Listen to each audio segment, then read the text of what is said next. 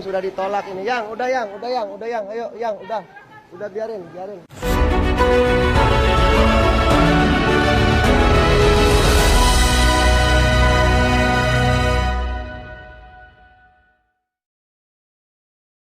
Oke, Assalamualaikum warahmatullahi wabarakatuh. Ini masih mengenai tentang penanganan medis. Bedanya penanganan medis antara Indonesia dan Malaysia. Ya. Seperti kejadian selama ini yang kita lihat, dan seperti kejadian tadi, ketika pasien ini umpama tergolong kayak kelihatan orang miskin, jadi pelayanan di dalam rumah sakit itu bahkan tidak diperdulikan ya. Bahkan orang ini sudah mau sekarat, mereka harus menunggu dulu persyaratan baru bisa dilakukan atau pengobatan ya. Jadi kasihan ya. Dan kebanyakan bahkan bukan kasus saja seperti tadi ya. Kasus-kasus yang selama ini banyak terjadi disebabkan kekurangan dana. Pasien itu mengalami kekurangan dana sehingga dia bahkan membeli dibawa balik dan akhirnya di tengah perjalanan menghembuskan nafas terakhirnya ya, karena tidak dapat ditolong ya. Nah, sedangkan pemerintah Indonesia sudah mengeluarkan kartu yang berpendapatan pada golongan rendah, yaitu kartu BPJS. BPJS ini bisa digunakan saat seorang pasien merujuk ke rumah sakit ya, dan dia bisa dikenakan pengobatan gratis ya. Tapi nyatanya banyak pihak-pihak rumah sakit yang menolak tentang kartu BPJS ini, dan nyata-nyatanya BPJS ini dikeluarkan langsung oleh pemerintah Presiden Indonesia Insinyur Bapak Joko Widodo. Tapi kejanggalan banyaklah terjadi di rumah sakit, di hospital Indonesia ya. Jadi intinya kalau berobat di Indonesia, makanya ramai banyak penduduk Indonesia jika mengalami penyakit yang aneh-aneh, mereka lebih memilih berobat ke Malaysia.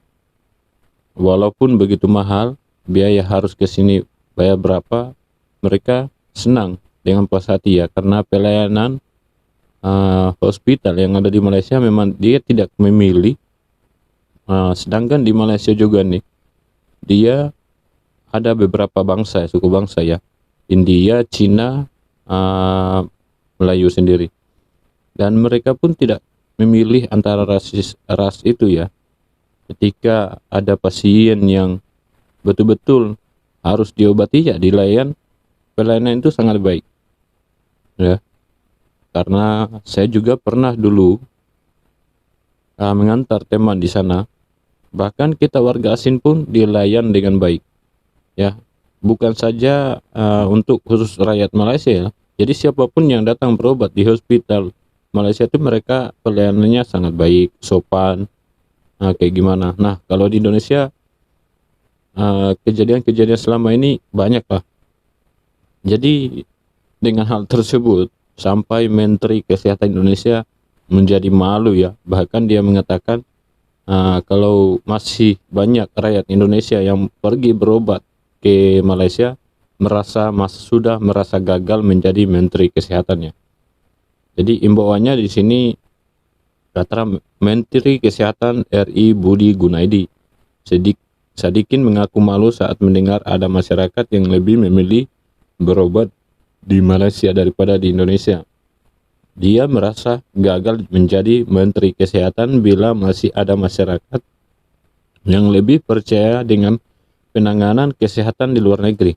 Ya, karena penanganan di luar negeri, contohnya di Malaysia, mereka sangat dan fasilitasnya memang sudah teknologi tinggi, dan pelayanannya juga itu bagus lah ya. Adapun pernyataan tersebut diucapkannya saat merespon curhatan dari orang tua dengan anak pengidap penyakit langka ya.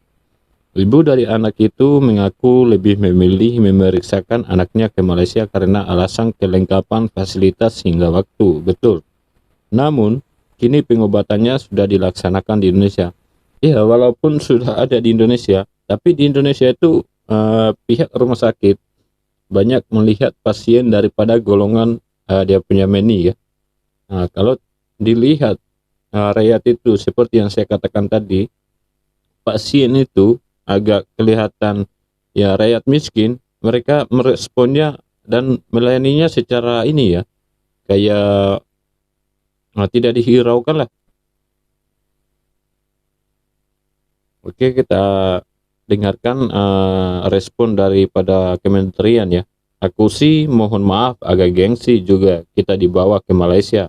Itu gengsi katanya ya. Jadi Menteri Kesehatan itu kayaknya kita gagal juga. Himbauannya ucapan dalam webinar penyakit langka 2023 Selasa tanggal 28 bulan 2 2023. Oke, banyak yang terjadi lah. Nah, kita lihat video-video selanjutnya. Kan sudah ditolak ini. Udah yang. Ayo, yang, udah. Udah biarin. Ini saya nak tanya ni, memang betul ke dekat Indonesia tu rumah sakit memilih-milih gitu ya? Beza-bezakan orang miskin, orang kaya, punya uang, tak punya uang, sampai macam tu sekali ya? Bukan saya nak maksudnya nak merendah-rendahkan, tak, tapi mungkin sistem dia dari jabatan kesihatan dekat sana tu kan yang handle kan setiap kementerian kan. Jadi nak kena ada pelatihan tu dari segi undang-undang, pelatihan kejururawatan, kedoktoran ataupun sistem pentadbiran gitu. Jadi kalau punca gini, kalau di Malaysia ni tak ada macam tu rumah sakit, dia akan sama rata. Siapa yang sakit, tak kira lah bangsa apa, pasal sini kan berbilang kaum kan, Cina, India, Melayu, tak kira orang asing pun. Yang penting utamakan kesihatan beliau, rawatan. Rawatan untuk mereka yang nak merawat di kat sini panggil hospital, bukan rumah sakit, hospital. Jadi tengok macam tu ya. Bayarannya pun sini tak mahal ya. Kalau bayarannya tak mahal. Kalau warga negara kena cek itu ni cuma RM1 dia. Maksudnya RM1 lebih kurang rupiah 3,000, RM3,500 gitu. Dia cas itu, cas perkhidmatan aja. Yang lain semua ditanggung oleh kerajaan. Ya. Jadi itulah yang saya ada posting satu lagi video sebelum ini yang dikatakan oleh sahabat saya dari Indonesia juga yang bekerja di Malaysia. Saya pun tak tahu ada juga kayak gini ya. Siapa menolak pasien mau merawat. Mudah-mudahanlah diberkati, mudah-mudahan diberikan kesihatan yang baik ya, dan bersabar. Harap jangan tersinggung ya pada warga-warga Indonesia. Aku cuma mau nanya aja. Kita pun tak tahu kan. Pasal saya dah banyak lah menolong teman-teman saya yang di sana tu. Saya kadang-kadang tolong dari segi kewangan ya. Terima kasih ya. Assalamualaikum. Oke, Abang. Bukan kami tersinggung ya, malahan kami sangat setuju dengan perkataan Abang. Memang betul di pihak hospital di sana di Indonesia boleh dikata memilih ya.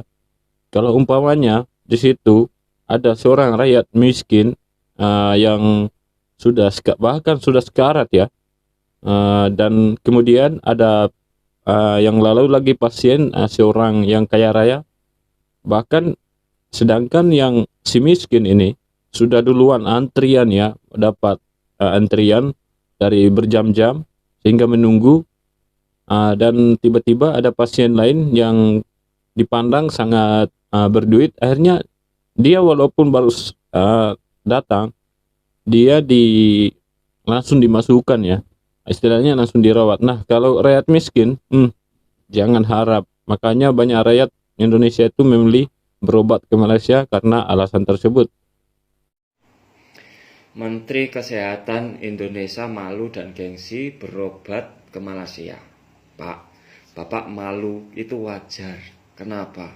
Ya karena penanganan kesehatan di Indonesia itu amburadul. Beda jauh sama di Malaysia. Kenapa orang Indonesia itu suka ke Malaysia berobatnya? Satu kisah Pak ya. teman saya itu orang Medan, itu jatuh di persimpangan jalan tol Maran Pahang, Kuantan sana. Jadi ketika jatuh insiden itu 2 orang naik motor sendiri-sendiri, yang di depan itu nggak tahu kalau kawannya yang di belakang jatuh. Karena udah tahu jatuh, jadi ada orang lewat itu naik mobil, naik kereta itu langsung nelpon ambulan. Mungkin ambulan dari rumah sakit terdekat. Karena dilihat kondisinya parah mungkin, jadi dibawa ke rumah sakit besar Kuantan. Tanpa melihat ini orang mana, punya duit enggak, keluarganya siapa kan gitu. Sementara teman saya ini dibilang orang ilegal, paspor nggak punya, permit nggak punya, duit apalagi KTP pun nggak megang. Tapi orang Malaysia itu manusiawi banget. Begitu lihat orang insiden langsung dia telepon, langsung dibawa ke rumah sakit. Bahkan kami sendiri itu takut mau melihat itu nanti gimana, karena teman kami ini nggak punya apa-apa, takut kalau nanti ditangkap, terus bayarnya gimana. Alhasil kami pun ngumpulin duit karena berpikirnya bayarnya mesti mahal, ternyata di luar jangkauan. Begitu dia dibawa ke sana itu nggak sampai 200 ringgit mungkin seingat saya itu, 100 lebih aja.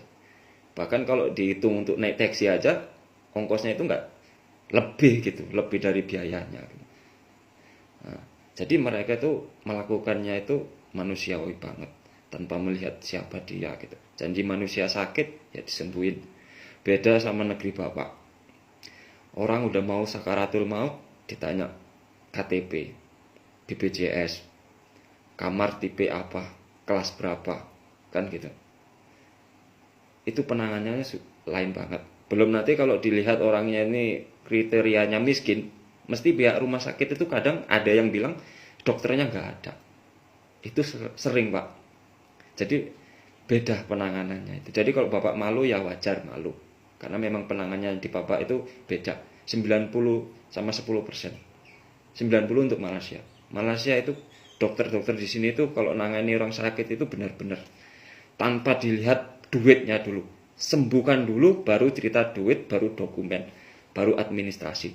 Kalau di Indonesia kan enggak, administrasi dulu, duit dulu, duitnya dulu baru dicek. Dan sebenarnya masih banyak kejadian janggal ya yang tentang pelayanan rumah sakit atau hospital yang ada di Indonesia. Jadi mengenai soal lagi tentang mobil ambulans ya. Nah, kalau di Indonesia itu umpamanya di setiap perdesaan ya, perkampungan dan pedalaman sana, seharusnya fasilitasnya itu disediakan ya.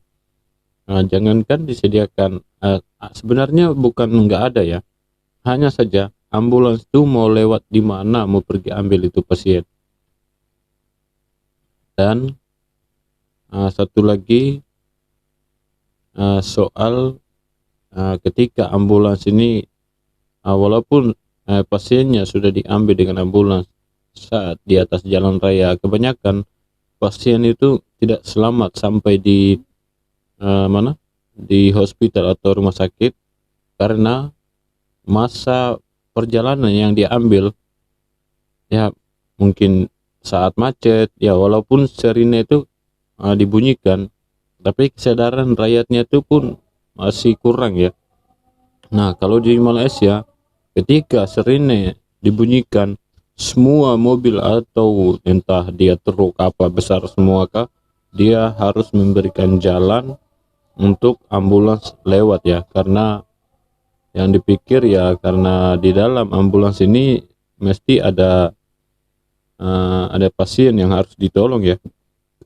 Oke, jadi sekian dulu, nanti kita lanjut bahas-bahas lagi yang masih mengenai ini ya.